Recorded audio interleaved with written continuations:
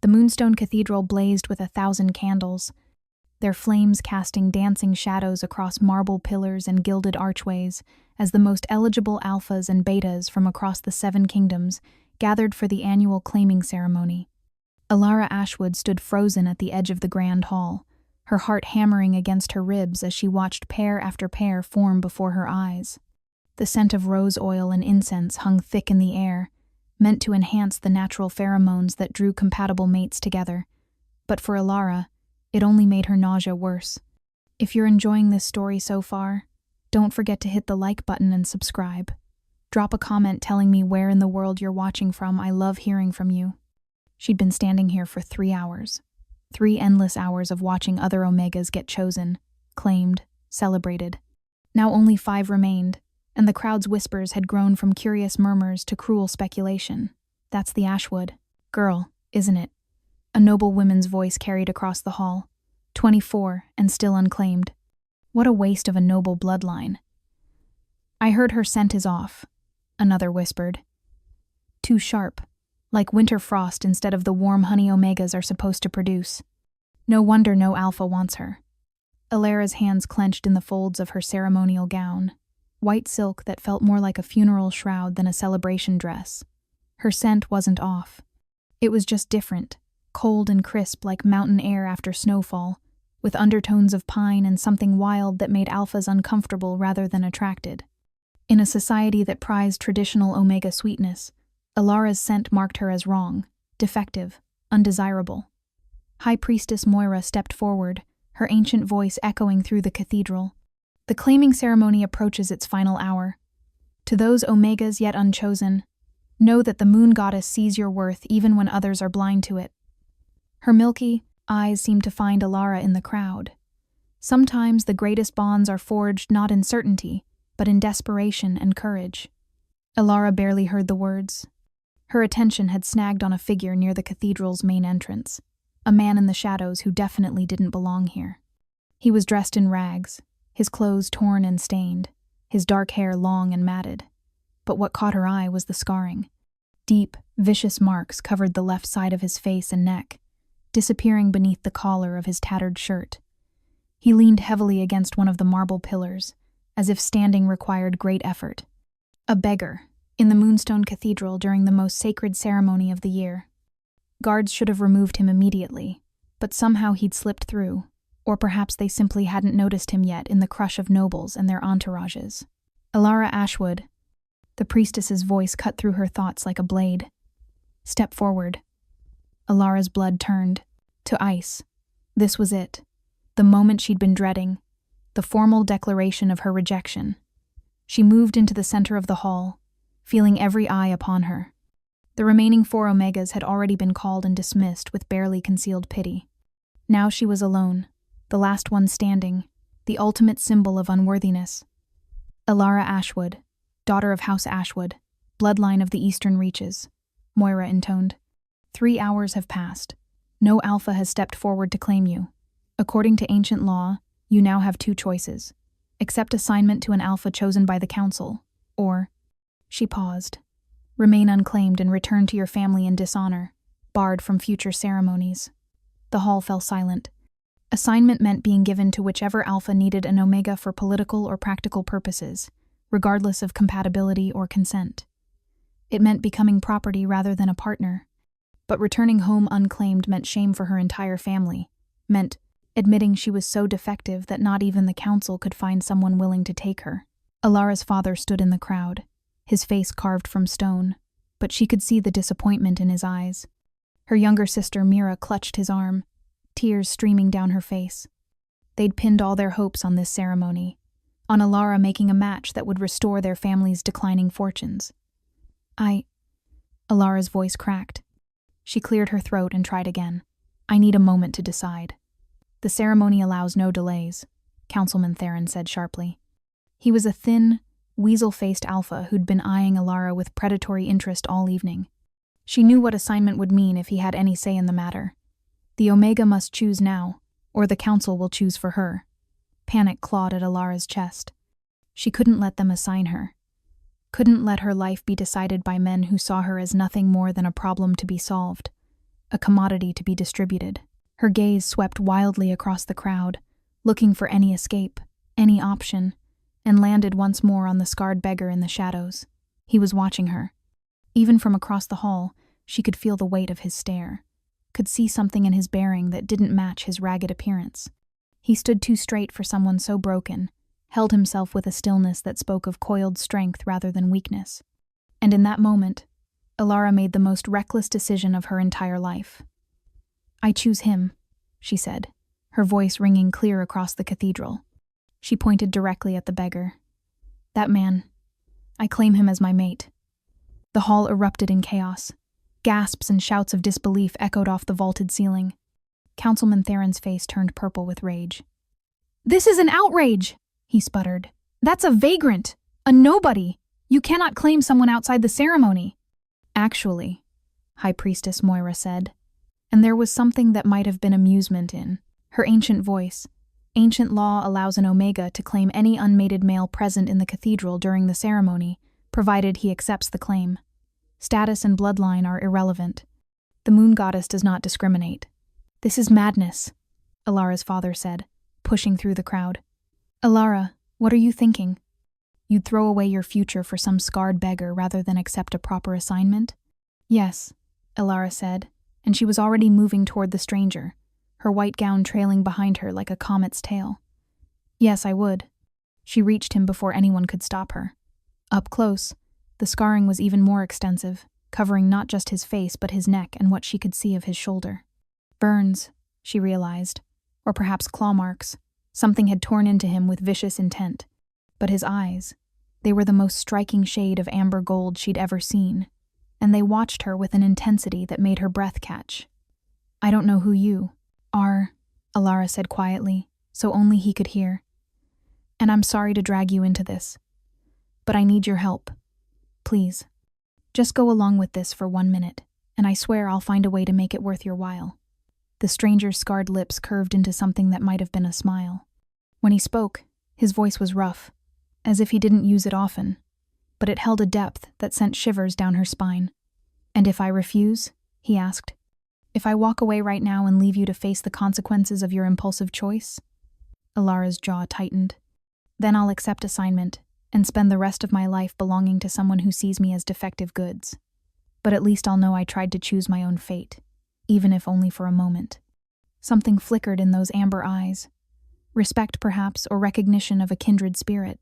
He straightened, and Elara realized he was much taller than she'd thought, easily over 6 feet, with broad shoulders that his ragged clothes couldn't quite conceal. "The claiming requires physical contact," he said. "Are you certain you want to do this?" "I'm certain I don't want the alternative," Elara replied. "So yes, I'm certain." The stranger pushed away from the pillar, standing fully upright for the first time, and Elara saw that his limp had been exaggerated, that he moved with a predator's grace. Before she could process that observation, he reached out and cupped her face with both hands, his palms rough with calluses but surprisingly gentle. "Then claim me, Omega," he said softly, "and let's see what the moon goddess has planned for us." According to tradition, a claiming could be completed in several ways, but the most binding was a kiss, given freely by the Omega to her chosen mate before witnesses. It created a preliminary bond that could be formalized later through the marking ceremony. Most Omegas kissed their mates chastely, a brief press of lips that satisfied tradition, without requiring intimacy between strangers. Preparing and narrating this story took us a lot of time, so if you are enjoying it, subscribe to our channel. It means a lot to us. Now back to the story. Elara had planned to do the same. A quick, perfunctory kiss to seal the claiming and get her out of the cathedral before the council could intervene. But the moment her lips touched his, everything changed. Power exploded between them like lightning striking dry timber. Elara gasped against his mouth as raw energy surged through her veins, igniting something deep in her chest that had been dormant her entire life. Her wolf, silent since her first shift at 16, suddenly roared to life with a force that nearly drove her to her knees. The stranger caught her, one arm banding around her waist to hold her upright as the bond slammed into place. It wasn't the gentle, gradual connection most mates experienced. This was immediate, all-consuming, a recognition so profound it rewrote every certainty Elara had ever held about herself. Mine. Her wolf's voice was fierce, possessive, absolutely certain. Mine, mine, mine. And beneath that, she felt his wolf responding. Felt the echo of his power meeting hers in a way that should have been impossible, with a stranger, with a beggar, with anyone she'd just met 5 minutes ago. When they finally broke apart, both breathing hard, the cathedral had gone completely silent. Elara looked up into amber eyes that now glowed with inhuman light, saw the stunned recognition in them that surely mirrored her own. "What?" she whispered. "What just happened?" "The fated mate bond," High Priestess Moira said, and her voice carried wonder. "By the moon goddess, I've never seen it manifest so powerfully, so immediately. This isn't just a claiming, child. This is destiny." Councilman Theron pushed forward, his face twisted with suspicion. "Fated bonds don't happen with beggars. This is some trick, some deception. Guards, seize them both." But before the guards could move, the stranger did something that made everyone in the cathedral freeze. He pulled back his tattered sleeve, revealing a marking on his forearm, and not just any marking. The silver wolf crest, the symbol of the royal house of Valdoria. "Stand down," he said, and his voice had changed, no longer rough but commanding, carrying the unmistakable weight of Alpha authority. "I am Cassian Valdor, Alpha King of the Seven Kingdoms, and this Omega just claimed me as her mate." The revelation hit Elara like a physical blow. The scarred beggar wasn't a beggar at all. He was the Alpha King, the most powerful shifter in all the territories, the male every Omega in the Seven Kingdoms had been hoping to attract tonight, and she'd just kissed him. The cathedral erupted into chaos for the second time that evening. Nobles shouted questions.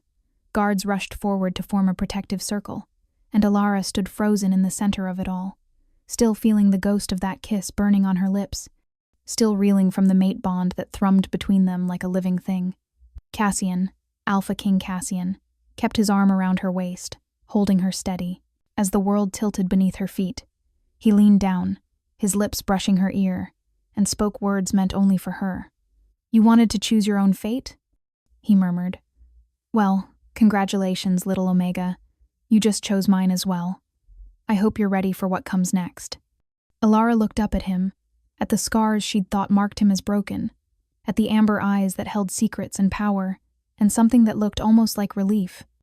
She'd thought she was escaping one trap only to fall into another. But as the bond pulsed between them, as her wolf continued to sing with recognition and rightness, Elara realized this wasn't a trap at all. This was something far more dangerous. This was real. "Why?" she asked, her voice barely audible over the commotion. "Why were you disguised? Why were you here at all?" Cassian's smile was bitter, sad, and achingly honest. "Because I wanted what you wanted, Elara Ashwood, to be chosen for myself, not my crown. And against all odds, you did. Exactly that." Before Elara could respond, High Priestess Moira raised her staff, the sound echoing through the cathedral like a thunderclap. Silence fell immediately. "The claiming is complete and witnessed," Moira declared. "Elara Ashwood has chosen Cassian Valdor as her mate, and the fated bond has manifested between them. This bond is sacred and unbreakable. Let no one challenge what the moon goddess herself has ordained." She turned her milky gaze directly to Councilman Theron, who looked like he'd swallowed something bitter. "Any who would dispute this claiming may bring their concerns to the Royal Council. But know this, attempting to break a fated bond is an offense against the moon goddess herself. The consequences would be severe." The threat hung in the air like a blade. Theron's jaw worked, but he said nothing. He simply bowed stiffly and retreated into the crowd, though Elara could feel his hatred burning into her back. "We need to leave," Cassian said quietly. "Now, before anyone else gets clever ideas about contesting this." "Leave?" Elara's mind spun. "Where?" "I can't just leave. My family." "Will be compensated and honored for your match," Cassian interrupted. "You're the mate of the Alpha King now, Elara. That makes you Luna Queen of the Seven Kingdoms. Everything has changed." Luna Queen. The words didn't seem real. 3 hours ago, she'd been the rejected Omega nobody wanted. Now she was supposedly destined to rule beside the most powerful alpha in existence. It was too much, too fast, too impossible, but the bond between them pulsed with truth. Whatever else was uncertain, this connection was real. Terrifyingly, undeniably real. "Your Majesty," a voice came from the crowd. A tall man with silver-shot hair and sharp eyes pushed through, dropping to one knee before Cassian. "Captain Rowan at your service. The Royal Guard is prepared to escort you and your mate back to the palace." "Thank you, Rowan." Cassian's hand tightened on Elara's waist. "We leave immediately, and send word ahead. I want the Luna's quarters prepared, and the council summoned for an emergency session tomorrow at dawn." "The council won't be pleased about this unexpected development," Rowan said carefully. "The council can take their displeasure and—" Cassian stopped, seeming to remember where he was. "They'll adjust, they always do." Elara watched this exchange, feeling like she'd been picked up by a hurricane and was still spinning. She caught her father's eye across the hall. He looked stunned, confused, but there was hope in his face now too. Hope that his impossible daughter had somehow, against all odds, made the match of the century. "Father," Elara called out. "I'll send word soon, I promise." He nodded, unable to speak. Her sister Mira broke free and rushed forward, throwing her arms around Elara. "You did it," Mira whispered fiercely. "You absolute madwoman, you did it. You found your fated mate." "I didn't find him," Elara said, still dazed. "I accidentally claimed him while trying to escape. Does it matter?" Mira pulled back, her eyes shining. "The moon goddess doesn't make mistakes. If he's your fated mate, then you were always meant to find each other, one way or another." The royal guard formed up around them, creating a protective corridor through the crowd. Cassian kept Elara close as they moved toward the exit, his presence both steadying and overwhelming. Every eye tracked them, every voice whispered, and Elara knew by tomorrow the story would have spread across all 7 kingdoms. The rejected Omega and the disguised king, the desperate escape that became a fated claiming. It sounded like something from a fairy tale. Except fairy tales didn't mention the terror that came with having your entire life upended in a single impulsive moment. They emerged into the cool night air, and Elara saw a carriage waiting, black and silver with the royal crest emblazoned on its doors. This was real. This was actually happening. Cassian handed her into the carriage himself, then climbed in beside her. Captain Rowan shut the door, and suddenly they were alone in the plush interior, separated from the chaos of the cathedral by velvet curtains and polished wood. The carriage lurched into motion. Elara sat rigid on the bench, acutely aware of Cassian's presence beside her, of the bond humming between them like a tuning fork struck perfectly. "So," she said finally, her voice sounding foreign to her own ears. "You're the Alpha King." "So they tell me," Cassian replied. There was dark humor in his tone. "Though right now, I feel more like a man who just got claimed by the most interesting Omega in the 7 kingdoms." "Interesting," Elara repeated. "Is that what we're calling desperate and defective?" Cassian turned to face her fully, and in the confined space of the carriage, she could see every detail of his scarred face, every line of pain and survival etched into his features.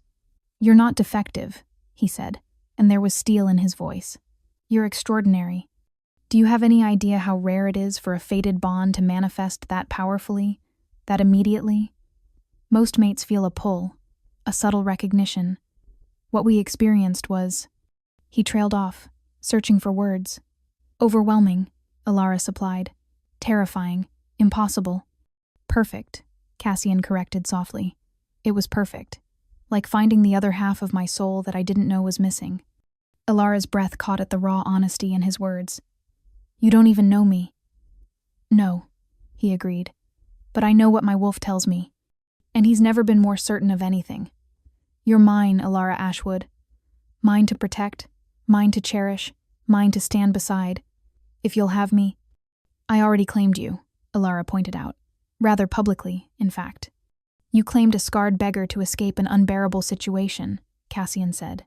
"Now you know who I really am, what being mated to me will mean. Power, responsibility, danger. There are those who would kill to control the Luna Queen, enemies I've made through years of warfare and politics. If you want to break the bond, we could petition the goddess. It's been done before. In extreme circumstances, no. The word came out sharper than Elara intended. I mean, I don't want to break it. Cassian's eyes searched hers. Why not? You didn't choose this. Not really. Didn't I? Elara asked. I could have chosen any alpha in that cathedral. But I looked at you, scarred and broken and hiding in the shadows, and something in me recognized something in you. Maybe the moon goddess had a hand in it. Maybe fate was guiding me. Or maybe... She paused, gathering courage. Maybe some part of me knew, even then, that you were the one worth choosing. The carriage fell silent except for the sound of hooves on cobblestone and the distant sounds of Starhaven at night. Cassian's hand found hers in the darkness, his fingers threading through hers with surprising gentleness. I need you to understand something, he said. These scars, they're not from some random accident. I got them 5 years ago in an ambush. Rival alphas from the northern territories who thought they could take my throne. They used silver-laced fire, specifically designed to leave permanent marks, to make me appear weak and unfit to rule. Elara's free hand moved to his scarred cheek before she could stop herself. They failed, she said quietly. You're still here, still ruling. But the damage was done. Cassian continued. Every unmated Omega in the kingdom saw these scars and calculated that they could do better. They saw the crown but rejected the man wearing it. For 5 years I've been pressured to choose a mate, and for 5 years I've refused, because I knew they wanted my power, not me. So you disguised yourself, Elara said, understanding dawning. You wanted to see if anyone would choose you without knowing who you were. I wanted to know if anyone could see past the scars and the status to the male beneath, Cassian admitted. And then you kissed me, and the whole world changed. The royal palace loomed before them like something from a dream, all white stone towers and silver spires that seemed to pierce the night sky. Torches blazed along the walls, and Elara could see guards positioned at every entrance, their silhouettes sharp against the firelight. It's beautiful, she whispered, pressing closer to the carriage window. It's a cage, Cassian said, though his tone was more resigned than bitter. A gilded one, but a cage nonetheless. Every decision scrutinized, every action judged. You should know what you're walking into, Elara. The court is not kind to outsiders, especially to a Luna who wasn't vetted and approved by the council. Let me guess, Elara said, turning back to face him. They had someone picked out for you already? 3 someones, actually, Cassian replied. All highborn, all politically connected, all perfectly groomed to be the ideal Luna queen. The council was furious when I kept refusing their candidates. And now you've mated with a rejected Omega of declining status, Elara said. They must be absolutely thrilled. Frankly, I don't care what they think, Cassian said, and his eyes glowed amber in the darkness. The fated bond supersedes all political arrangements. They can complain all they want, but they can't break what the moon goddess herself ordained. The carriage rolled to a stop before massive double doors. Captain Rowan opened the door and offered his hand to help Elara down. She stepped out onto polished marble, feeling desperately underdressed in her rumpled ceremonial gown, still dusty from kneeling in the cathedral. Your Majesty, a woman's voice came from the entrance. A tall, elegant woman with silver hair swept up in an intricate style descended the steps. She wore deep purple robes that marked her as someone of significant rank. Welcome home, and welcome to our new Luna. Her tone suggested she was being anything but welcoming. Lady Cordelia, Cassian said neutrally. Still awake at this hour? The entire palace is awake, Your Majesty, Cordelia replied. Word of your unexpected claiming reached us an hour ago. The council is demanding an immediate audience. The council can wait until morning, Cassian said firmly. My mate has had an exhausting evening. She needs rest, not an interrogation. Cordelia's sharp eyes assessed Elara from head to toe, missing nothing. Of course, though I'm sure you understand their concerns. A claiming performed with such irregularity raises questions. The High Priestess herself validated the bond, Cassian said, his voice hardening. What questions could possibly remain? Questions of suitability, Cordelia said delicately. Of preparation. A Luna Queen requires extensive training in court protocol, diplomatic relations, pack law, which she'll receive, Cassian interrupted. But not tonight. Show her to the Luna's quarters. See that she has everything she needs." "Your Majesty," Cordelia's tone sharpened. Surely the Luna would be more comfortable in the guest wing until the formal bonding ceremony. "The Luna's quarters," Cassian repeated, and power rolled off him in waves that made even Cordelia take a step back. "She's my fated mate, Cordelia. That makes her Luna from the moment the bond manifested, ceremony or no ceremony. If you have a problem with that, take it up with the moon goddess." Cordelia's lips pressed into a thin line, but she bowed. "As you wish, Your Majesty. This way, Luna Elara." Cassian caught Elara's hand before she could follow. "I'll come check on you once I've dealt with the immediate chaos. Don't let Cordelia intimidate you. She's the head of the royal household, but you outrank her now." "I don't feel like I outrank anyone," Elara admitted quietly. "You will," Cassian promised. He lifted her hand to his lips, pressing a kiss to her knuckles that sent electricity dancing up her arm. "You're stronger than you know, Elara. You proved that tonight when you chose to fight for your own fate." As Cordelia led her through endless corridors of marble and gold, Elara tried to memorize the route and failed immediately. The palace was enormous, each hallway looking identical to the last, adorned with portraits of stern-faced royals and elaborate tapestries depicting historic battles. "The palace has 300 rooms," Cordelia said, her tone suggesting she was reciting information by rote. "The royal family's private quarters occupy the entire western wing. You'll have a suite of rooms including a bedroom, sitting room, private bath, and balcony overlooking the rose gardens." "That sounds lovely," Elara said, trying to be polite. "It would be," Cordelia replied, "if you'd earned the right to them. But I suppose the moon goddess works in mysterious ways." Elara stopped walking. "Lady Cordelia, I understand this situation is irregular. I understand you and the council had other plans for who should be Luna. But whether you like it or not, I am Cassian's fated mate. The bond is real, and I'm not going anywhere." Cordelia turned, one eyebrow arched. "Spirit. That's good. You'll need it to survive here." Her expression softened slightly, though not by much. "But understand this, child. The court is full of vipers who will smile to your face while plotting your downfall. Trust no one. Question everything. And whatever you do, don't show weakness." Before Elara could respond, Cordelia resumed walking. They climbed a sweeping staircase and turned down another corridor, this one lit by crystal chandeliers that cast rainbow prisms across white walls. Finally, Cordelia stopped before an ornate set of double doors carved with wolves and crescent moons.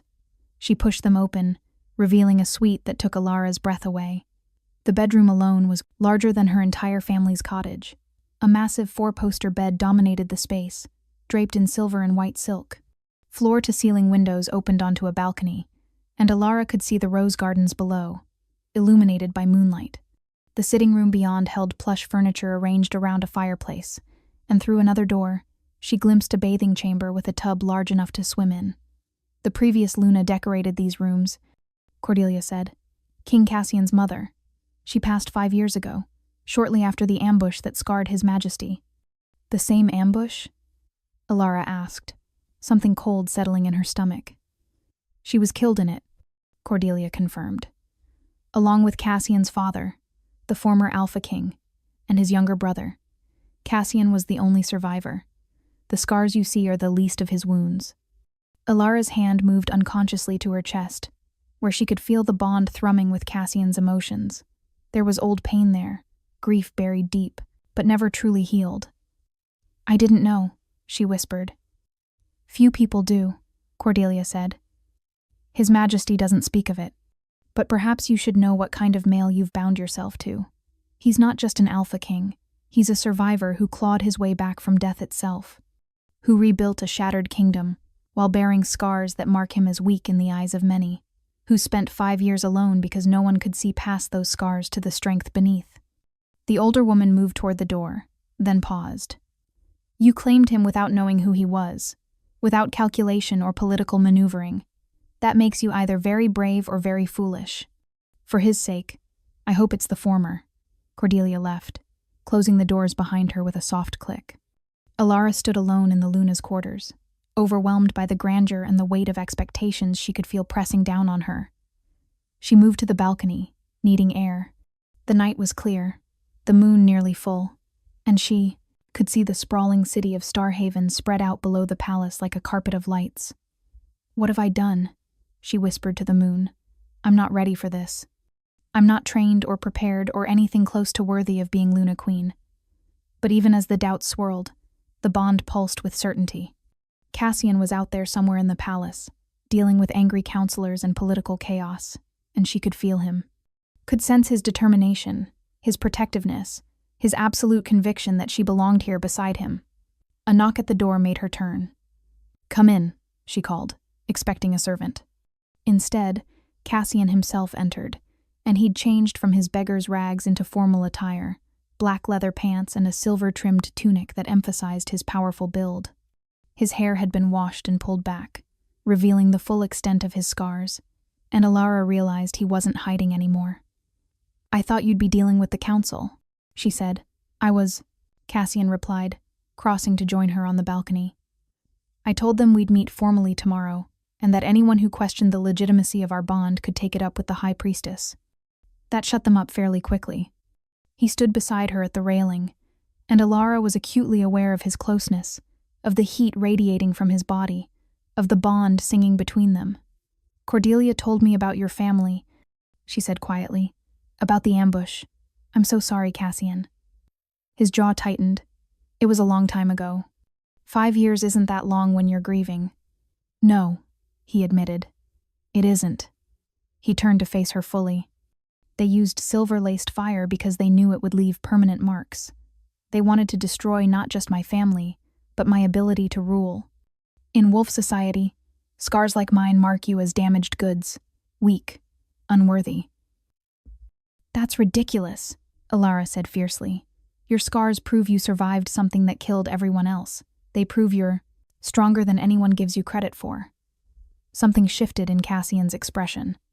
"You really believe that, don't you? You're not just saying it to be kind." "I kissed you when I thought you were a scarred beggar," Elara pointed out. "I chose you before I knew about the crown or the power. Why would I lie now?" Cassian reached out slowly, giving her time to pull away, and cupped her face with one scarred hand. "Do you know what the bond is telling me right now?" he asked softly. "What?"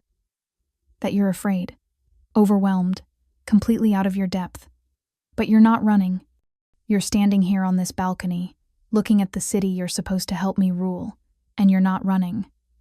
"Where would I run to?" Elara asked, trying for humor and failing. "Anywhere," Cassian said. "We could petition the moon goddess to break the bond. It would be painful, but it's possible. Or you could return to your family, and I could rule, as I have been, alone. You'd be compensated, honored for forming the bond even if we chose not to complete it." "Is that what you want?" Elara's heart hammered. "To break it?" "No," Cassian said immediately, fiercely. "Moon, help me. No. From the moment you kissed me, from the moment the bond snapped into place, I felt complete, like I've been walking around with half my soul missing and didn't even know it. But I won't trap you here, Elara. Won't force you to be Luna if you don't want it." Elara stared up at him, at the scars she'd thought made him broken, at the amber eyes that held such painful honesty. The bond thrummed between them, and she could feel what he felt. The hope he was trying to hide, the fear that she'd reject him just like everyone else had, the desperate longing for someone to choose him, truly choose him, not for what he could give her but for who he was. "I want to try," she said finally. "I'm terrified, and I have no idea what I'm doing, but I want to try. The moon goddess doesn't make mistakes, right? If we're fated mates, there must be a reason." Relief crashed through the bond so powerfully it nearly staggered her. Cassian pulled her into his arms, holding her close, and Elara felt his heart racing against her cheek. "We'll figure it out together," he promised. "I'll teach you everything you need to know about being Luna, how to navigate the court, how to handle the council, how to use your position to help those who need it most." "Like rejected Omegas?"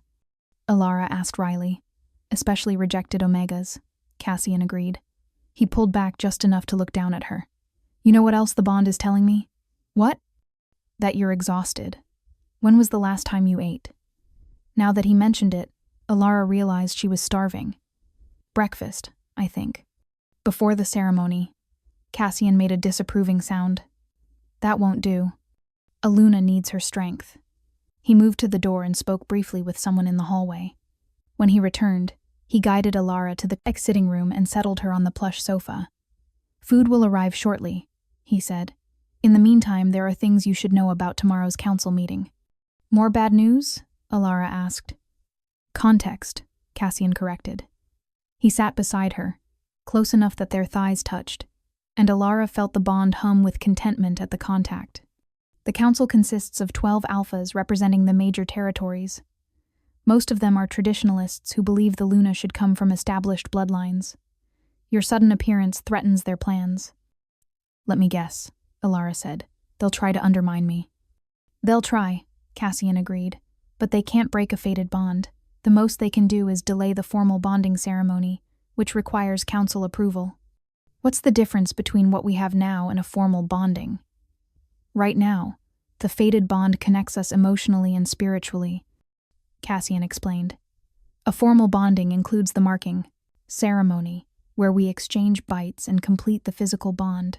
It makes the connection unbreakable by any means, even death. But it also requires witnesses and council validation. And they'll try to prevent it, Elara concluded. They'll demand you prove yourself first, Cassian said. Complete certain trials, demonstrate you're capable of being Luna. It's ancient tradition, rarely enforced anymore, but they'll use it to make things difficult. A knock interrupted them, and servants entered carrying trays of food. The smell alone made Elara's stomach growl. Roasted meat, fresh bread, cheese, fruit, and wine that looked like liquid ruby. After the servants left, Cassian handed her a plate. Eat, he commanded gently. We'll deal with the council tomorrow. Tonight, you need rest. They ate in companionable silence, and Elara found herself relaxing despite everything. The bond made being near Cassian feel natural, right, as if they'd known each other for years instead of hours. Can I ask you something? She said between bites. Anything. Why did you really go to the ceremony in disguise?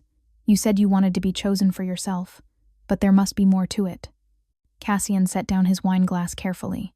5 years ago, when I survived the ambush, I was broken in more ways than just physically. I'd lost my entire family in one night. The kingdom was in chaos, and everywhere I looked, I saw pity or calculation. People either felt sorry for the scarred king or plotted how to use my vulnerability to their advantage. He paused, his scarred hand clenching.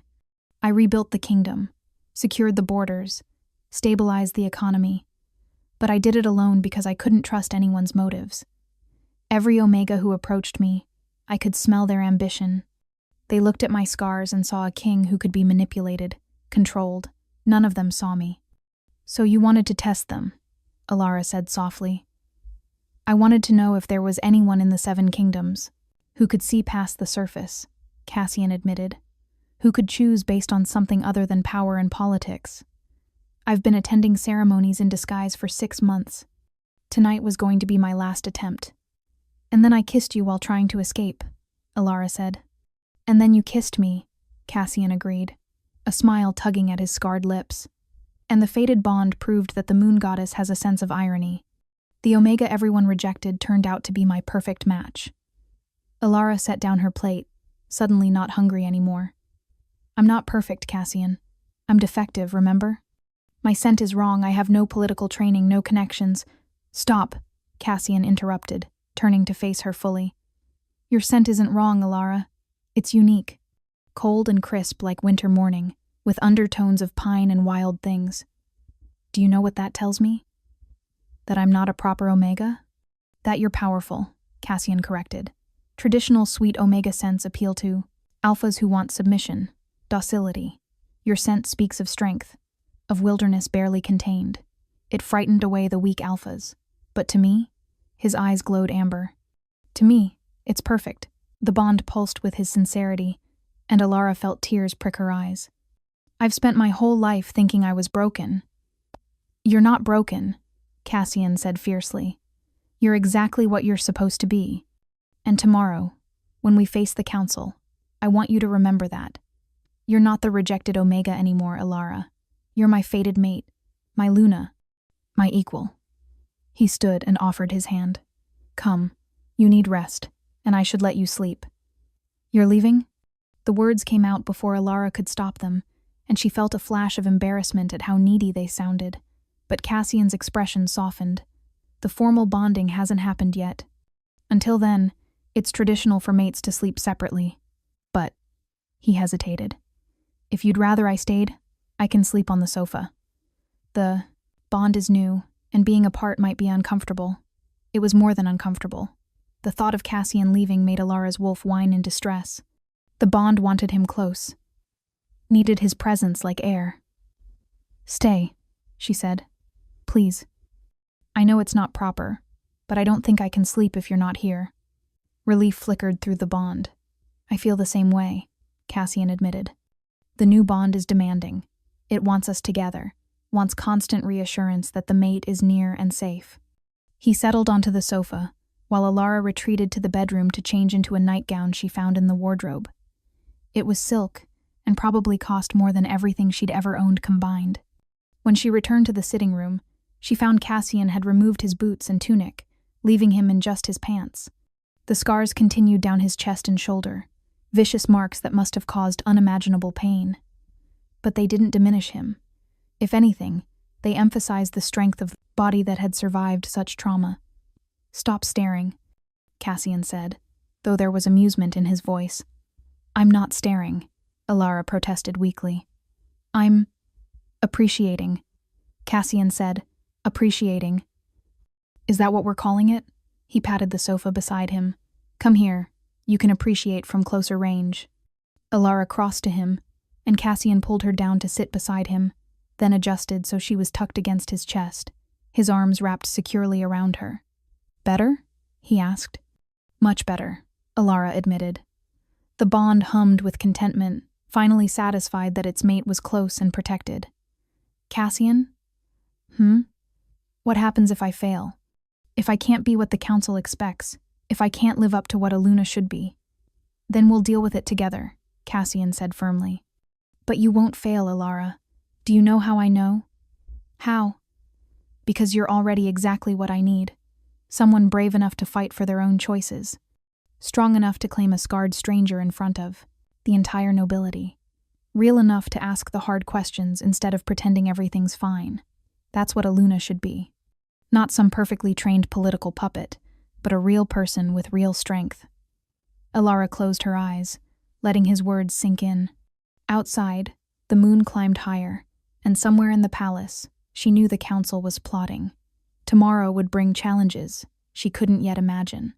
But tonight, wrapped in her fated mate's arms with the bond singing between them, Elara let herself believe that maybe, just maybe, she could do this. Cassian? She whispered. Yes? Thank you for being at the ceremony tonight, for letting me choose you. Thank you for being brave enough to do it, Cassian replied. He pressed a kiss to the top of her head. Now sleep, my Luna. Tomorrow, we face the council together, and we show them exactly what a fated bond looks like. Elara woke to sunlight streaming through the massive windows and the warm weight of Cassian's arm across her waist. Sometime during the night, they'd shifted so she was lying on the sofa with her back pressed against his chest, cocooned in his protective embrace. The bond hummed contentedly, satisfied by the proximity, but Elara's mind was already racing.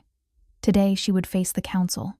Today, she would have to prove herself worthy of being Luna to 12 alphas who already disapproved of her. I can feel you worrying, Cassian murmured against her hair, his voice rough with sleep. Stop it. Easy for you to say, Elara replied. You've been dealing with the council for 5 years. I've been Luna for approximately 8 hours. Cassian's chest rumbled with quiet laughter. He shifted, turning her in his arms so they were face to face. In the morning light, his scars looked softer, less angry, and his amber eyes held warmth that made her breath catch. You're going to be magnificent, he said. Trust me. I don't feel magnificent. I feel like I'm about to face an execution. Then we'll face it together, Cassian promised. He brushed a strand of copper hair from her face, his touch gentle. Remember what I told you last night. You're not the rejected Omega anymore. You're my equal, my mate, my Luna. Walk into that council chamber with your head high and make them see what I see. And what do you see? Elara asked. Strength, Cassian said immediately. Courage. A female who'd rather claim a scarred stranger than submit to a life she didn't choose. That's the female I want beside me on the throne, Elara. That's the Luna this kingdom needs. Before Elara could respond, a sharp knock sounded at the door. Your Majesty, Captain Rowan's voice came through. The council has convened. They're waiting in the judgment chamber. We'll be there shortly, Cassian called back. He rose from the sofa in one fluid motion and offered Elara his hand. Time to get dressed. And Elara? Wear something that makes you feel powerful. First impressions matter. The wardrobe in the Luna's quarters was filled with gowns that probably cost more than her family's cottage. Elara ran her hands over silk and velvet, overwhelmed by choices. Finally, she selected a deep forest green gown with silver embroidery that reminded her of winter pine trees under moonlight. It had long sleeves and a high collar that made her feel armored rather than exposed. When she emerged, Cassian was waiting in formal court attire, black leather, and silver chainmail that emphasized his warrior's build. He'd tied his hair back, revealing his scars fully, and Elara realized he was making a statement. No more hiding, no more apologizing for what he'd survived. Perfect, he said when he saw her. You look every inch a Luna. I look like I'm playing dress-up, Elara muttered. You look like the female who claimed the Alpha King, Cassian corrected. He offered his arm. Ready? No. But let's go anyway. The walk to the judgment chamber felt endless. Servants and courtiers stopped to stare as they passed, whispers following in their wake. Elara kept her chin high and her hand steady on Cassian's arm, drawing strength from the bond that pulsed between them. The judgment chamber was a circular room with a domed ceiling painted with scenes of the moon goddess bestowing her blessing on the first wolves. 12 high-backed chairs formed a semicircle, each occupied by an alpha radiating power and authority. At the center stood a raised dais with 2 thrones, silver and intricately carved.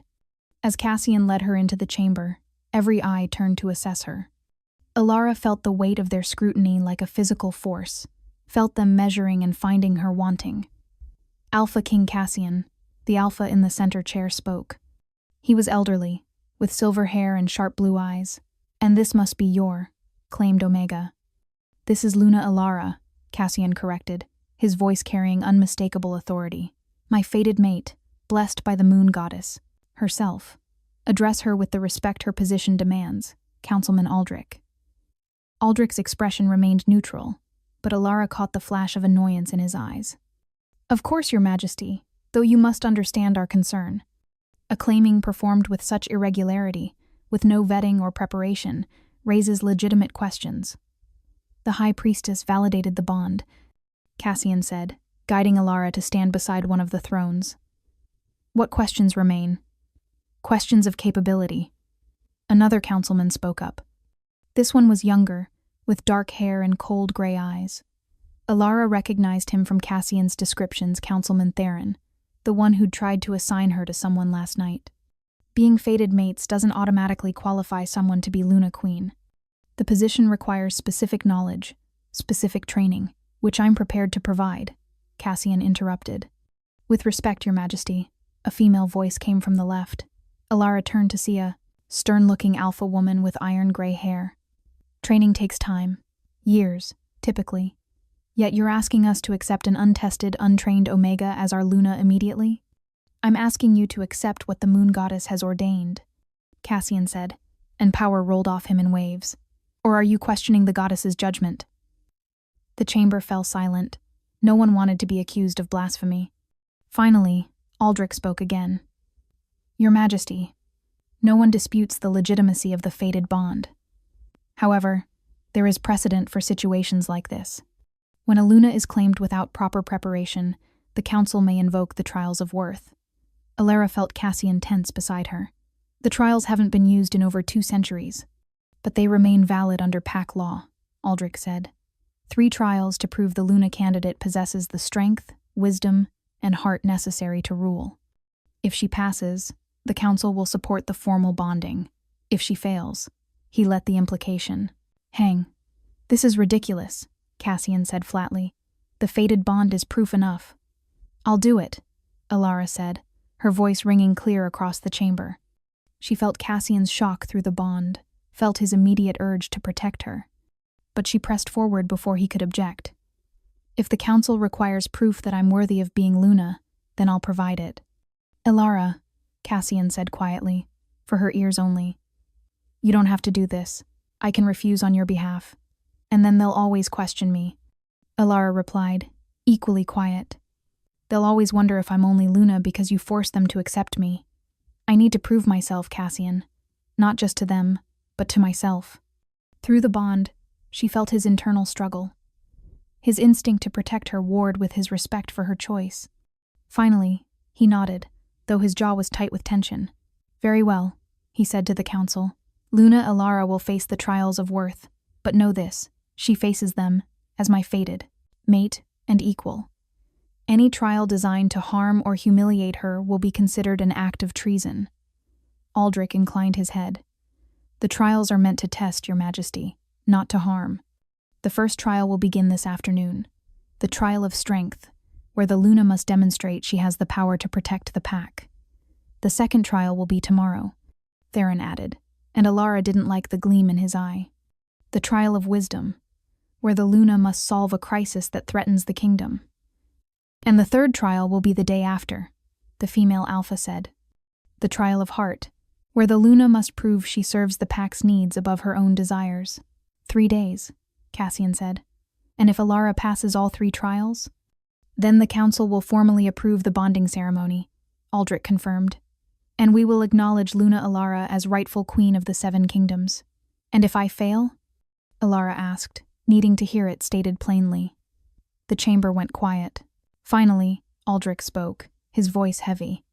Then, the fated bond will be reconsidered. The council will petition the moon goddess to release you both from an incompatible match. That's not possible, Cassian snarled. Fated bonds can't be broken. They can in extreme circumstances, Theron interrupted. When one mate is proven unworthy, when the bond would bring harm to the greater pack. It's rare, but precedent exists. Elara felt ice spread through her veins. They could break the bond, could tear away the connection she'd only just found. The thought made her wolf howl in distress. Then I won't fail, she said, forcing steel into her voice. When do we begin? The trial of strength took place in the palace training arena, a massive circular space with sand-covered floors and tiered seating for observers. By the time Elara arrived, wearing fighting leathers someone had provided, hundreds of pack members had gathered to watch. This is insane, Cassian muttered as he walked beside her. The trial of strength typically involves combat. You have no training. Then I'll learn fast, Elara said, though her heart raced with fear. Through the bond, she could feel Cassian's barely controlled rage, his desperate wish to call this whole thing off and damn the consequences. I won't let them hurt you, he promised. If this goes too far, I'm stopping it. If you stop it, I fail, Elara pointed out. Trust me, Cassian. I'm stronger than I look. I know you are, he said quietly. But you're also mine, and every instinct I have is screaming to protect you. Councilman Aldrich stood at the center of the arena. The trial of strength tests whether the Luna has the power to protect the pack in times of danger. Luna Elara will face 3 opponents in succession. She must defeat or subdue each one to pass. 3 opponents? Cassian's voice was deadly quiet. That wasn't part of the traditional trial. The traditional trial was designed for trained warriors, Theron said smoothly. We've simplified it. 3 opponents instead of the usual gauntlet of 10. How generous, Cassian said, sarcasm dripping from every word. Elara stepped into the center of the arena, feeling the weight of hundreds of eyes upon her. The first opponent entered from the opposite side, a large beta male with the look of a seasoned fighter. He was easily twice her size, all muscle and confidence. No shifting, Aldrich called out. No claws, no fatal blows. Fight until one party yields, or is unable to continue. The beta circled Elara, clearly sizing her up and finding her lacking. Nothing personal, Luna, he said. But the council wants to see what you're made of. Then let's show them. Elara replied, trying to sound more confident than she felt. He lunged. Elara barely dodged, his fist whistling past her ear with enough force to have knocked her unconscious. She stumbled, her lack of training painfully obvious, and the crowd murmured. The beta pressed his advantage, driving her back with a series of quick strikes. Elara blocked what she could and took hits that would definitely leave bruises. She was losing, and badly. Through the bond, she felt Cassian's wolf rising, felt him preparing to intervene. "No," she sent through their connection. "I need to do this myself." But how? She had no formal training, no fighting technique. The beta feinted left and struck right, his fist connecting with her ribs. Pain exploded through her side, and Elara went down on one knee. "Yield," the beta said, not unkindly. "There's no shame in it." Elara looked up at him, then past him to where Cassian stood at the arena's edge, every line of his body taut with barely restrained violence. She thought about the scars covering his body, evidence of the ambush that should have killed him. Thought about how he'd survived, alone and in agony, through sheer determination. If he could survive that, she could survive this. Elara reached deep inside herself, past the fear and doubt, to where her wolf waited. For years, her wolf had been quiet, subdued, as if Elara's belief that she was defective had suppressed it. But the fated bond had awakened something, changed something. "Wake up," she whispered to her wolf. "I need you." And her wolf answered. Power surged through Elara's body, not a full shift but something else. Her senses sharpened, her muscles flooded with strength. When the beta moved to grab her, she was faster, slipping under his guard and striking at pressure points she somehow knew to target. The beta grunted in surprise and pain. Elara pressed her advantage, using speed and precision to compensate for her lack of size and strength. She couldn't overpower him, but she could outmaneuver him. They danced across the arena, and gradually the crowd's murmurs changed from pity to surprise to genuine interest. The beta was tiring, his strikes becoming sloppy, while Elara seemed to grow stronger with each exchange. Finally, she saw her opening. The beta overextended on a punch, leaving himself unbalanced. Elara dropped low, swept his legs, and as he fell, she was on him, her forearm across his throat in a chokehold that cut off his air but wouldn't permanently harm him. "Yield," she commanded, her voice carrying harmonics that weren't quite human. The beta tapped the ground twice. Immediate submission. Elara released him and stood, breathing hard, her body singing with adrenaline and power. The crowd erupted in surprised applause. Cassian's pride blazed through the bond like a beacon, warming her from the inside out. "First opponent defeated," Aldrich announced. "Send in the second."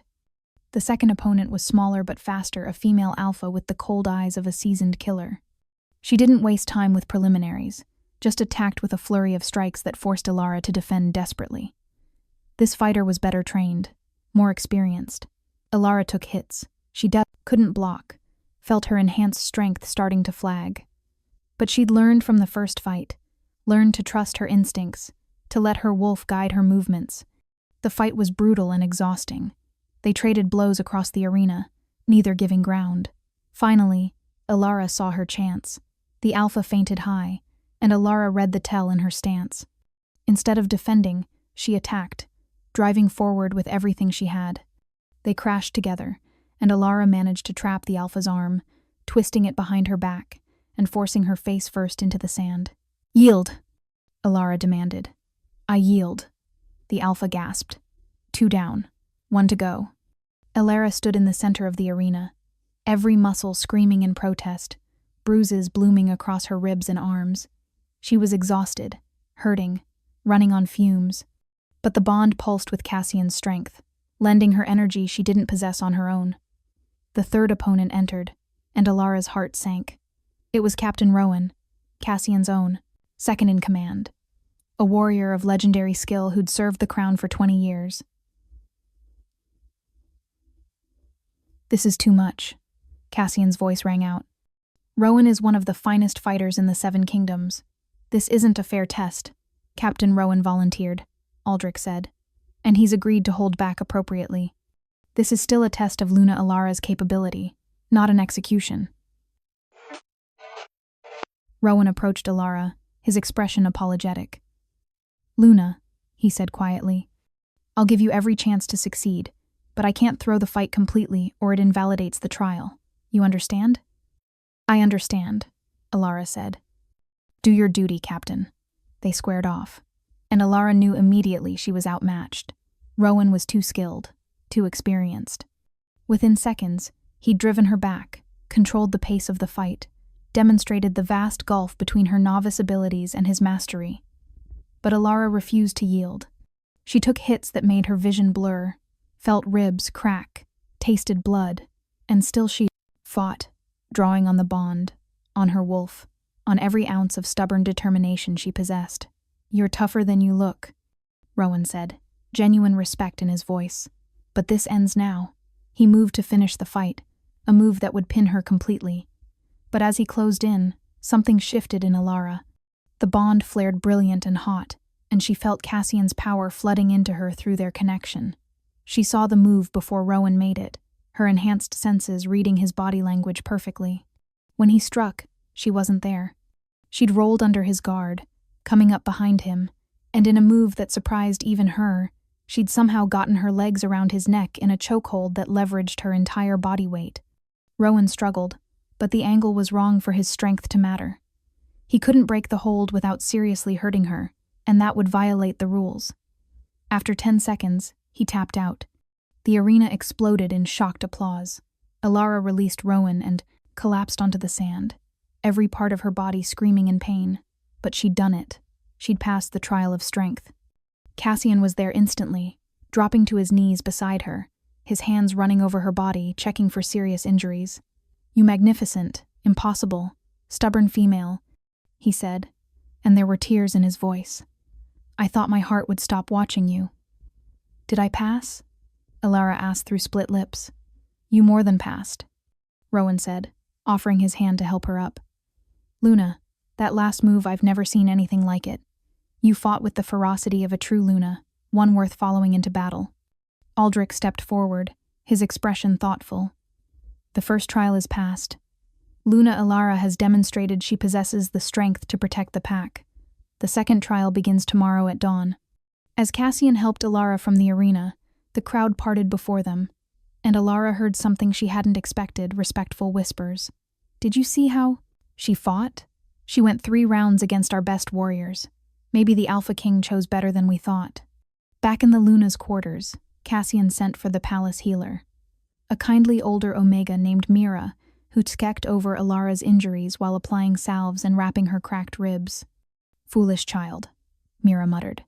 Fighting warriors when you've never been trained. You could have been killed, but I wasn't, Elara said, wincing as Mira prodded a particularly nasty bruise. No, you weren't, Cassian agreed from where he sat nearby, his expression still tight with residual fear. Though I aged 10 years watching you. After Mira left, Cassian carried Elara to the bed, despite her protests that she could walk. He settled her against the pillows, then lay beside her, careful not to jostle her injuries. You scared me, he said quietly. When Rowan had you pinned, when I saw the pain in your face, I almost stopped the trial, almost damned the consequences and pulled you out of there. But you didn't, Elara said. You trusted me to fight my own battle. Thank you for that. I had no choice, Cassian replied. The bond might connect us, but you're still your own person. You needed to prove yourself, not just to the council, but to yourself. I understood that, even if my wolf was howling to intervene. Elara reached up to trace the scars on his face, the marks that had made everyone else reject him. Where did you learn to fight like that? Cassian asked. That last move, where did it come from? I don't know, Elara admitted.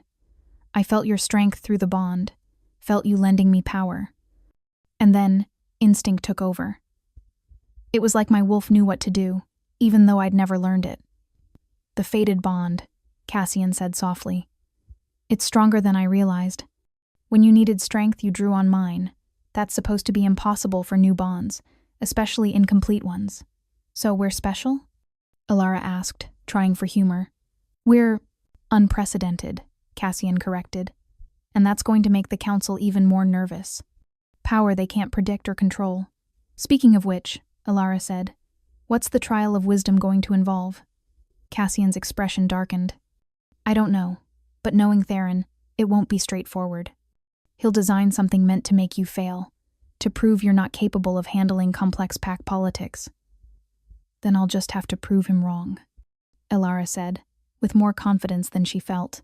You will, Cassian said, pulling her closer. Because you're remarkable, Elara Ashwood. And tomorrow, you're going to show them exactly what the moon goddess saw when she made us mates. As exhaustion finally claimed her, Elara let herself believe him. She'd passed the first trial. Only 2 more to go, and then she'd truly be Luna. Dawn came too quickly. Elara woke to find Cassian already dressed, standing at the window with tension radiating through the bond. Her body ached from yesterday's fights, but the healer's salves had worked wonders. She could move without wincing, though the bruises would take days to fade completely. You're worrying again, she said, sitting up carefully. Cassian turned, his amber eyes troubled. I just received word about today's trial. Theron designed it himself, and it's worse than I expected. How bad? He's staging a mock crisis, a dispute between 2 territories on the verge of war. You'll have to mediate and find a solution that satisfies both parties while serving the kingdom's interests. The council will play the territorial alphas, and they won't make it easy. Elara's stomach nodded. I know nothing about pack politics or territorial disputes. I know, Cassian said, crossing to sit beside her. Which is exactly why Theron chose this trial. He wants you to fail, wants to prove you're not equipped to be Luna. Then I'll prove him wrong, Elara said, with more confidence than she felt. What can you tell me about the territories involved? For the next hour, Cassian briefed her on pack politics, territorial boundaries, and the complex web of alliances that held the 7 kingdoms together. Elara absorbed everything she could, knowing it wouldn't be enough but determined to try anyway. The trial of wisdom took place in the council chamber itself. The 12 counselors sat in their high-backed chairs, while Elara stood alone in the center. Cassian had been barred from the room. The trial required the Luna to solve the crisis without the Alpha King's guidance. The scenario is this, Theron began, his cold eyes fixed on Elara. The Northern Territory and the Eastern Territory both claim ownership of the Silverwood Forest, a valuable resource rich in game and medicinal plants. For months, they've been on the brink of war. As Luna, you must find a solution that prevents bloodshed while serving the kingdom's greater interests. We will play the territorial alphas. Convince us. 2 counselors stood, one representing the north, one the east. They immediately began arguing, their voices rising as they listed grievances and insisted on their rightful claim. The other counselors watched Elara intently, waiting to see how she'd handle the chaos. Elara's mind raced. She had no formal training in mediation, no deep knowledge of territorial law. But she remembered something her mother had told her once, when she was small and confused about a fight between her sister and a neighbor child. Sometimes the wisest solution isn't about who's right, her mother had said. It's about what serves everyone best. Stop, Elara said, her voice cutting through the argument. Both counselors fell silent, looking surprised that she dared interrupt. I've heard your claims. Both territories have legitimate grievances. Both have historical precedent for ownership. Fighting over who's right will only lead to bloodshed and weaken both territories. So you're saying we should just give up our claim? The Northern Counselor demanded. I'm saying you're asking the wrong question, Elara replied. You're fighting over who owns the forest. But what if no one owns it? What if the Silverwood becomes crown land, protected by the kingdom itself? The chamber went quiet. Theron's eyes narrowed. Explain. The forest would be designated a protected resource, Elara said, the idea forming as she spoke. Both territories would have equal access to hunt and harvest, but under kingdom oversight to prevent depletion. A portion of the forest's resources would be taxed to fund the protection, creating revenue for the crown while ensuring sustainable use. That would require both territories to cede their claims, the Eastern Counselor said. Yes, Elara agreed. But in exchange, you'd gain guaranteed access without the cost of defending your claim. No war, no loss of life, no weakened borders from internal conflict. And the kingdom benefits from having a protected resource that serves all territories equally. What about the smaller territories? Aldrich spoke up. Under your proposal, would they also have access to the Silverwood? Elara hesitated, then nodded. Yes. Equal access for all territories, based on population size. It would strengthen the unity of the 7 kingdoms, show that the crown serves all territories fairly, not just the powerful ones. She held her breath, as the counselors conferred quietly among themselves. Finally, Aldrich spoke. An innovative solution, one that requires both parties to compromise but ultimately serves the greater good. The trial of wisdom tests whether Luna can think beyond immediate conflicts to long-term stability. He paused. Luna Elara has passed the second trial. Relief flooded through Elara, so powerful it nearly made her knees buckle. 2 down. 1 more to go. But as she left the council chamber, she noticed Theron's expression. He didn't look defeated. He looked pleased, and that terrified her more than anything. That night, Cassian held her close on the balcony overlooking the rose gardens. 1 more trial, he murmured. The trial of heart. And then we can complete the bonding. What will it involve? Elara asked. I don't know, Cassian admitted. The trial of heart is supposed to test whether the Luna serves the pack's needs above her own desires. Traditionally, it involves a sacrifice of some kind, but the council decides the specifics. Cassian, Elara said quietly. What if they ask me to give up something I can't bear to lose? Then we'll face it together, he promised. No matter what they demand, remember that you've already proven yourself 10 times over. This final trial is just formality. But Elara couldn't shake the feeling that something was wrong. Through the bond, she could sense Cassian's own unease, his suspicion that the council was planning something neither of them would expect. The 3rd day dawned gray and cold. Elara dressed carefully in a gown of deep midnight blue, armor disguised as elegance. When she entered the council chamber, she found all 12 counselors present, their expressions grave, and standing in the center of the room was her younger sister, Mira. Mira? Elara gasped, rushing forward. What are you doing here? I don't know, Mira said, confusion and fear in her young face. They came to our home last night and said I was needed for your trial. Elara, what's happening? Elara turned to the council, ice spreading through her veins. What is this? Theron stood, and there was triumph in his cold eyes. The trial of heart tests whether Luna can make difficult decisions for the pack's greater good. We've designed a scenario that will test this principle. Using my sister? Elara demanded. Your sister is here to represent a choice, Aldrich said, his voice heavy. The Northern Territory, the real one, not our mock dispute, has sent word.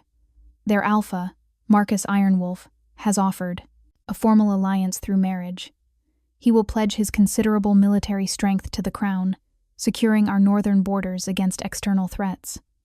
Elara's blood ran cold. What does that have to do with Mira? Alpha Marcus requires an Omega mate from the royal line to seal the alliance, Theron said smoothly. As Luna Queen, you are technically part of the royal family.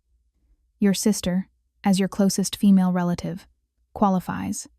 Alpha Marcus has agreed to accept her as his mate. No, Elara said immediately. Absolutely not.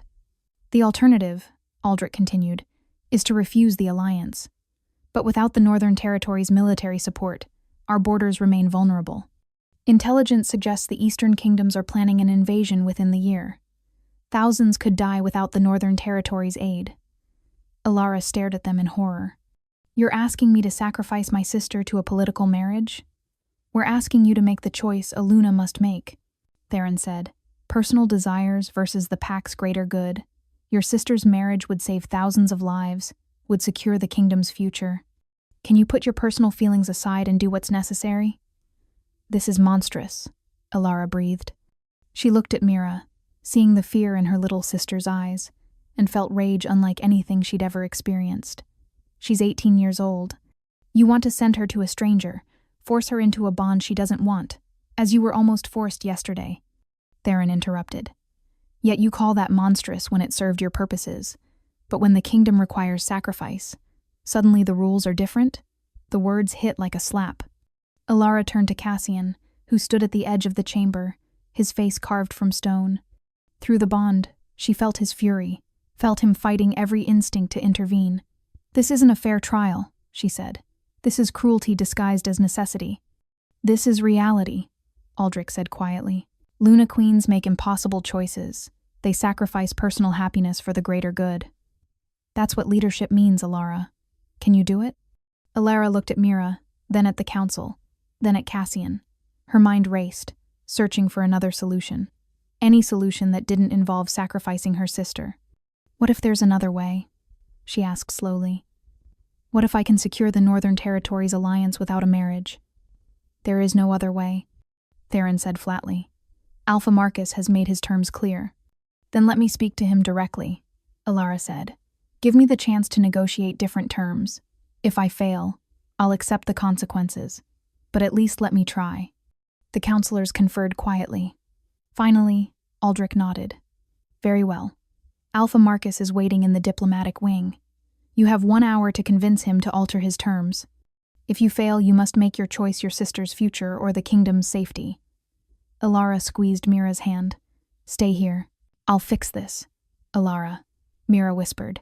If the kingdom needs this, I'll do it. I don't want to. But, no, Elara said fiercely. You're not a bargaining chip. You're my sister, and I won't let them use you. She swept from the chamber, Cassian falling into step beside her despite protests from the council. You're not supposed to help me, Elara said. I'm not helping, Cassian replied. I'm accompanying my mate. There's a difference. The diplomatic wing was elegant and formal, designed to impress visiting dignitaries.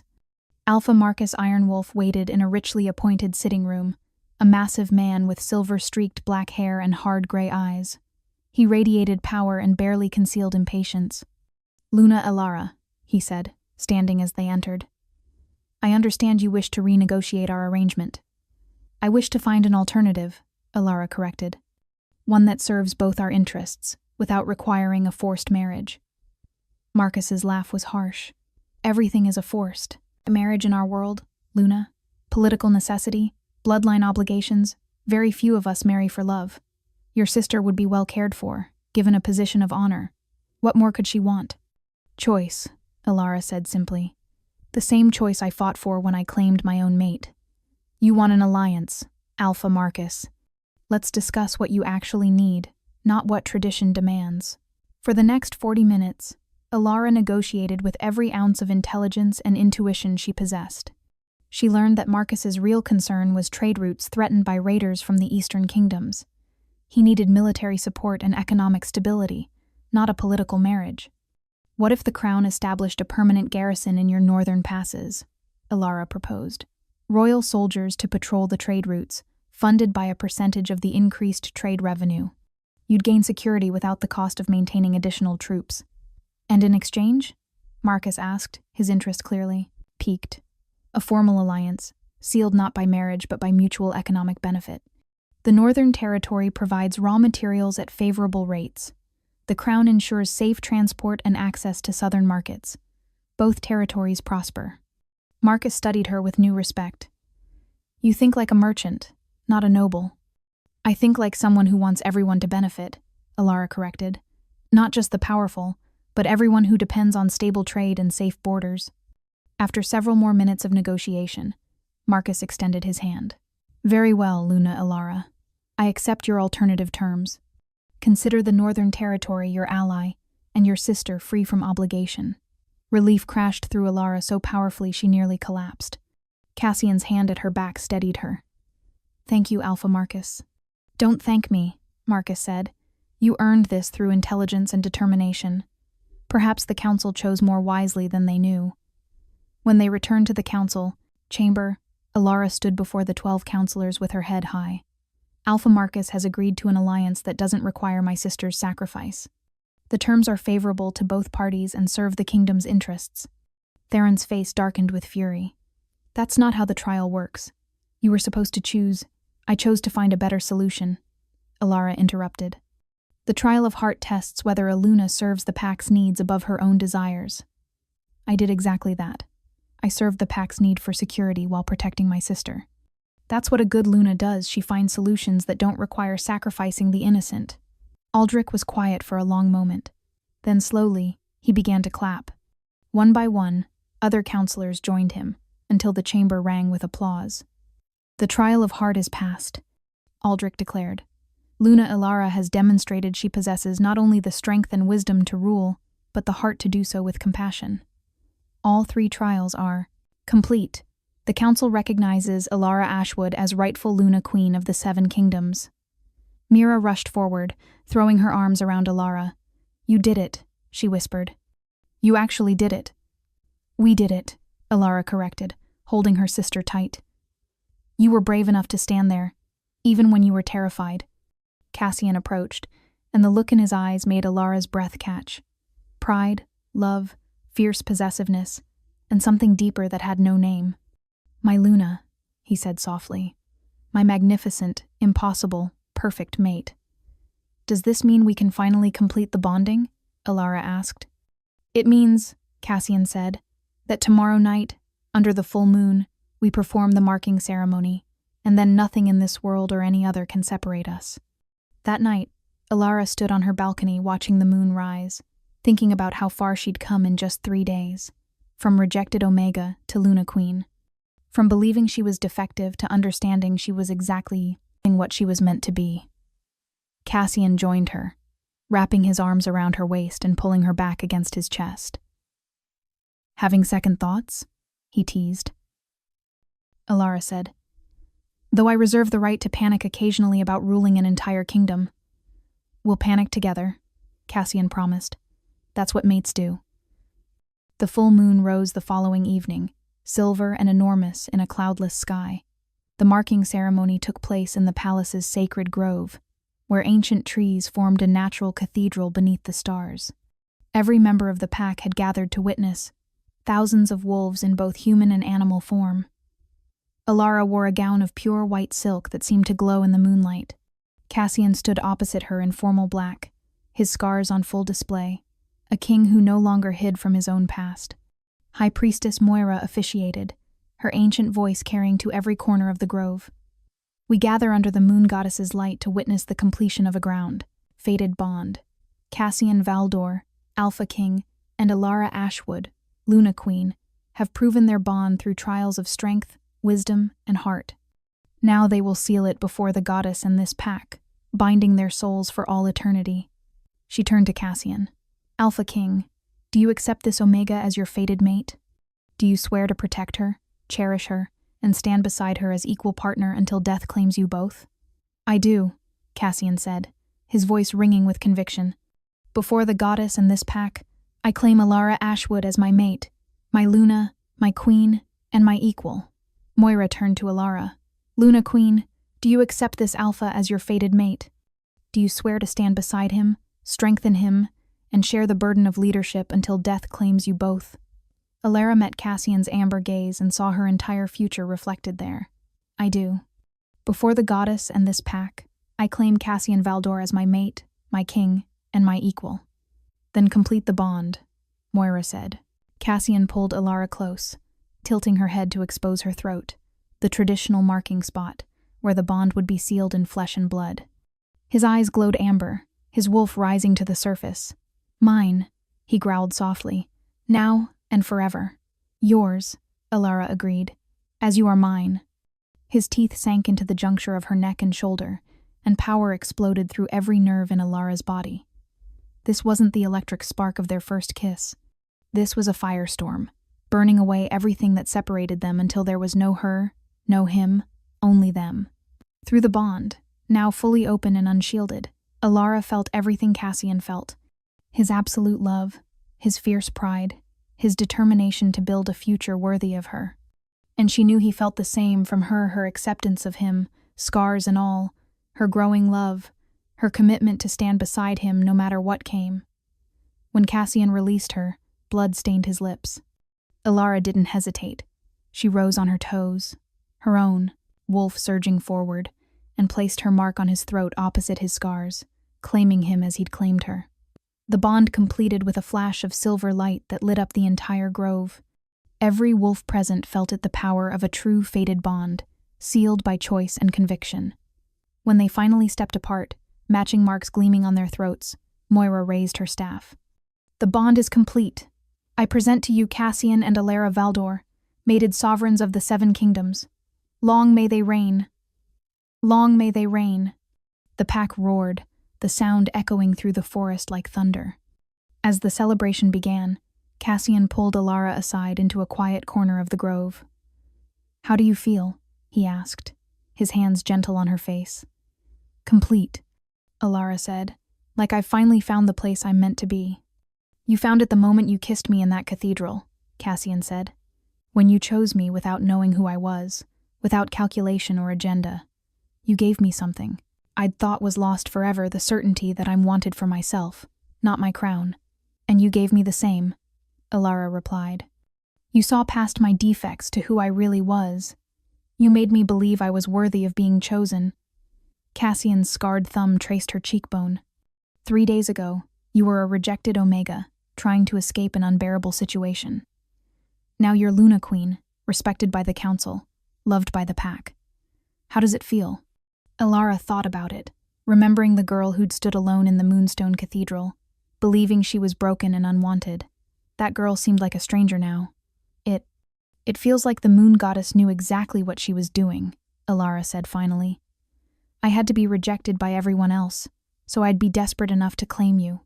And you had to hide who you were so I'd see the real you, not the crown. Everything happened exactly as it needed to." "Fate," Cassian agreed. "Or luck, or divine intervention. Whichever it was, I'm grateful." Music drifted from the celebration, and Cassian offered his hand. "Dance with me, my Luna. Let's show the Pack what a true mated pair looks like." Elara placed her hand in his, feeling the bond hum with contentment. As they rejoined the celebration, moving together under the moon's light, she realized that her story hadn't ended in that cathedral when she'd kissed a scarred beggar to escape her fate. It had begun. 3 months later, Elara stood in the council chamber no longer nervous, but confident.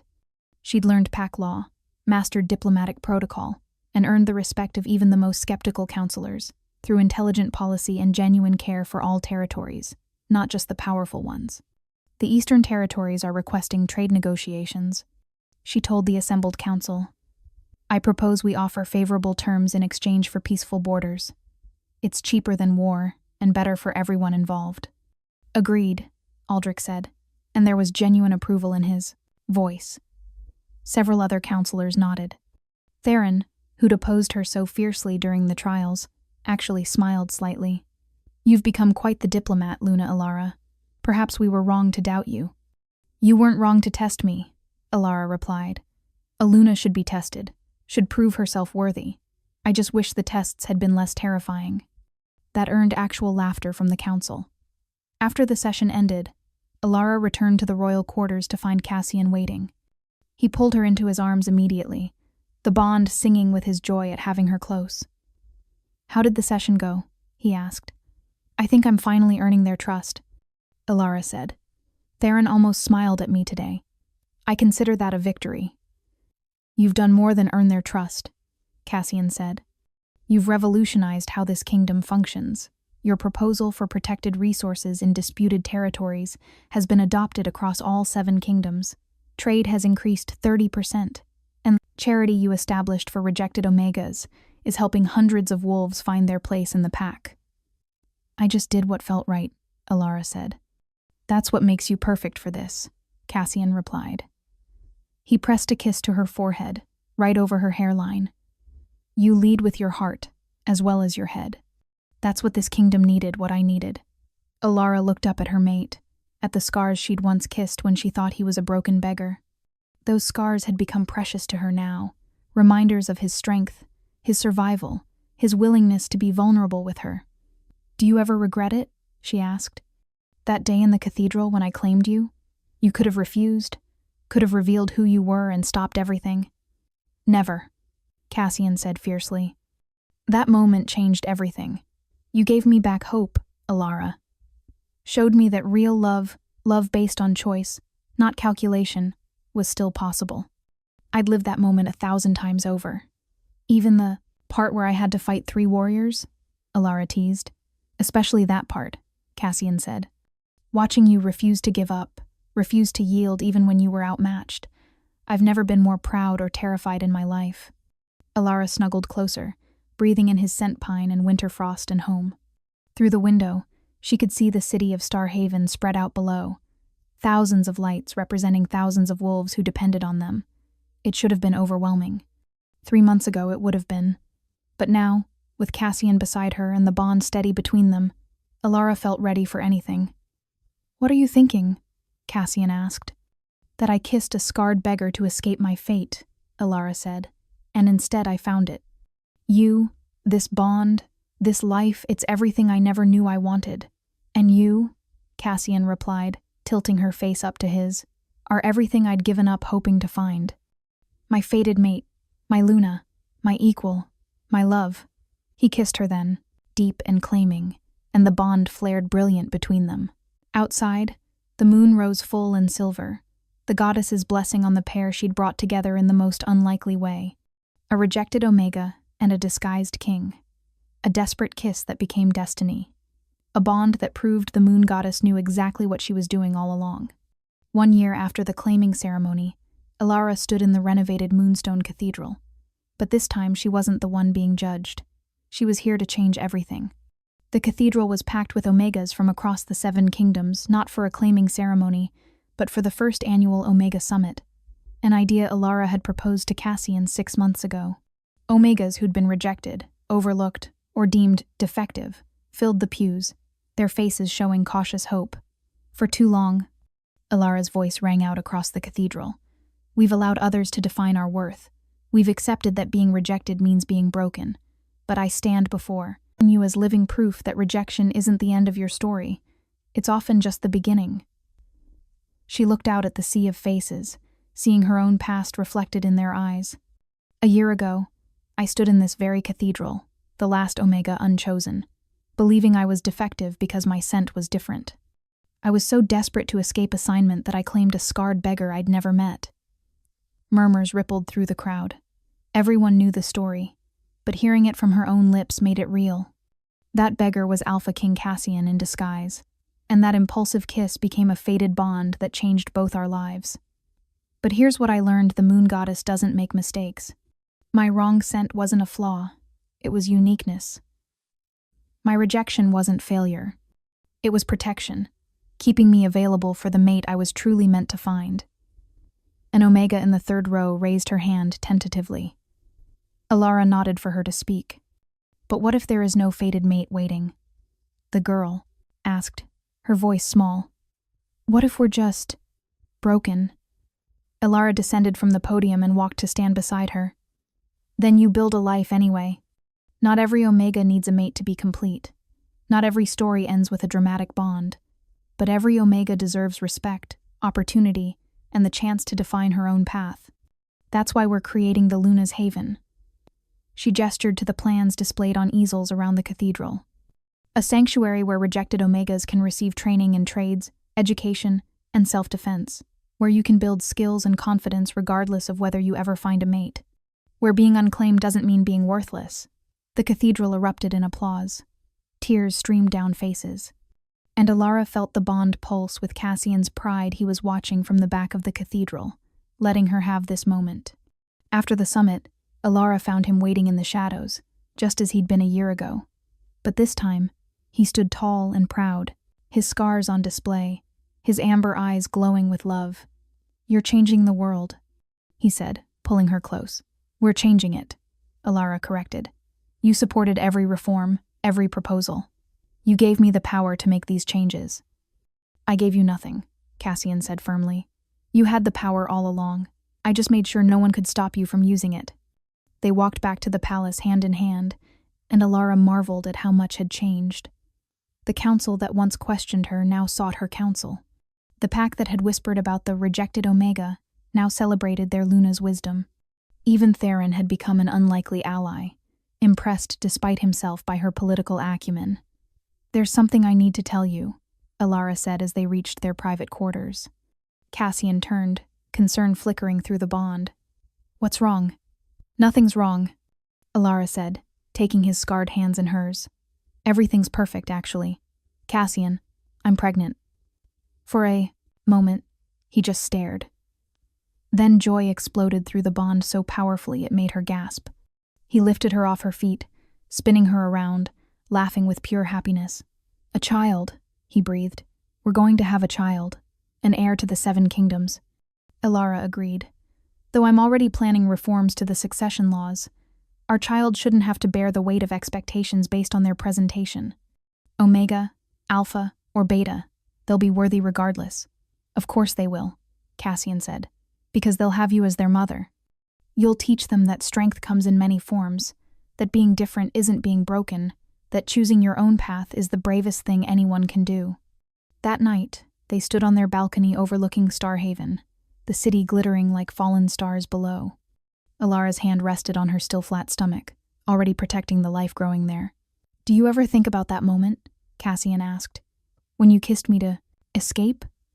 Do you wonder what would have happened if you'd made a different choice?" "Never," Elara said. "Because even if I'd known who you were, even if I'd seen the crown and the power and the complications, I'd still have chosen you. The scarred stranger who understood what it meant to be rejected, who saw me as I truly was and loved me anyway." "I'd choose you too," Cassian murmured, his arms wrapping around her from behind, one hand covering hers on her stomach. "In every lifetime, in every version of this story, I'd choose you." The moon rose full and bright above them, the goddess's eternal blessing. And Elara smiled, thinking about the girl she'd been terrified, desperate, believing she was defective. That girl had gathered all her courage and kissed a scarred beggar to escape her fate. Instead, she'd found it. She'd found love in the most unlikely place. She'd found strength she never knew she possessed. She'd found her purpose in helping others like her find their own paths. And she'd found her home in the arms of a king who'd been brave enough to hide his crown to discover if anyone could love him for himself. "Thank you," she whispered to the moon, to the goddess, to fate itself, for the rejection that led to recognition, for the desperation that led to destiny, for the scarred beggar who became her everything. And as Cassian pressed a kiss to her temple, their child growing safe between them and their kingdom spreading out below, Elara knew with absolute certainty that some stories were worth the wait.